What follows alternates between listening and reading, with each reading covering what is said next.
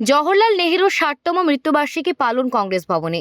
জওহরলাল বাল মঞ্চের উদ্যোগে আগরতলা কংগ্রেস ভবনে প্রয়াত দেশের প্রধানমন্ত্রী জওহরলাল নেহেরুর ৬০তম মৃত্যুবার্ষিকী পালন করা হয়। উপস্থিত ছিলেন যুব কংগ্রেসের সভাপতি, মহিলা কংগ্রেসের সভাপতি, সদর জেলা কংগ্রেসের সভাপতি সহ জওহরলাল বাল মঞ্চের রাজ্য চেয়ারম্যান আলোক গোস্বামী।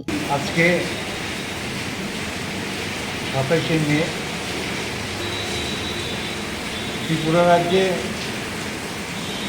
আমরা জওহরলাল মঞ্চের উদ্যোগে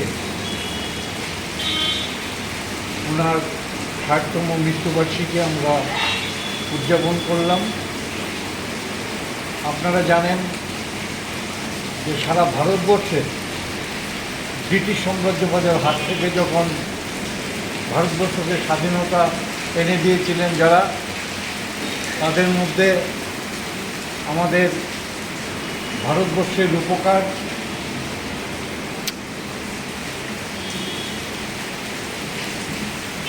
পণ্ডিত জওহরলাল নেহেরু,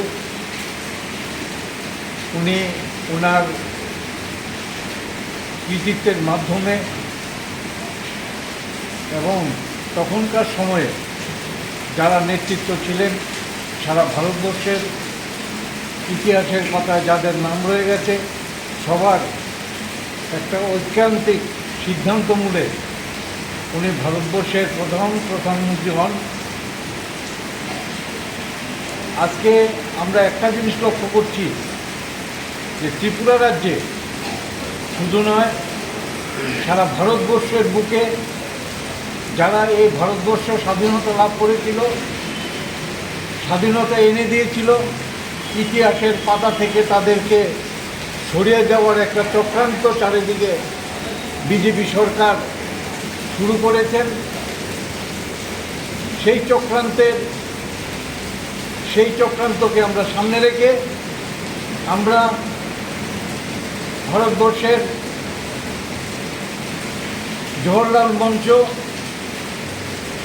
এই জওহরলাল মঞ্চের যিনি নাকি পৃষ্ঠপোষক এবং এই জওহরলাল মঞ্চকে যিনি আমাদের মধ্যে তুলে ধরেছেন, উনি হলেন শ্রদ্ধেয় রাহুল গান্ধী সাহেব।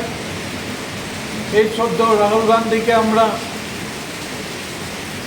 আমাদের এখান থেকে সবাই সংগ্রামী অভিনন্দন এবং ওনার চিন্তাধারাকে আমরা পাথেয় করেই সামনের দিকে যাচ্ছি এবং সারা ভারতবর্ষের ইতিহাস থেকে যাতে আমাদের ইতিহাস মুছে না যায় বা যে চক্রান্ত ভারতবর্ষের বুকে বিজেপি সরকার শুরু করেছে সেটা যেন কোনোমতে সার্থক রূপ নিতে না পারে, সেটার জন্য আমরা ঐক্যবদ্ধ হয়ে আমরা জওহরলাল মঞ্চ নিয়ে আমরা এগিয়ে চলছি। বন্ধু, আপনার পরিচয়?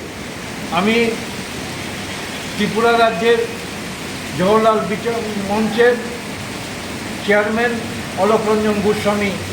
আপনাদের সবাইকে, যারা আমার মিডিয়া সেলের যারা এসছেন এখানে এবং আমার ইলেকট্রনিক্স মিডিয়া এবং প্রিন্ট মিডিয়া যারা এসছেন, সবাইকে আমরা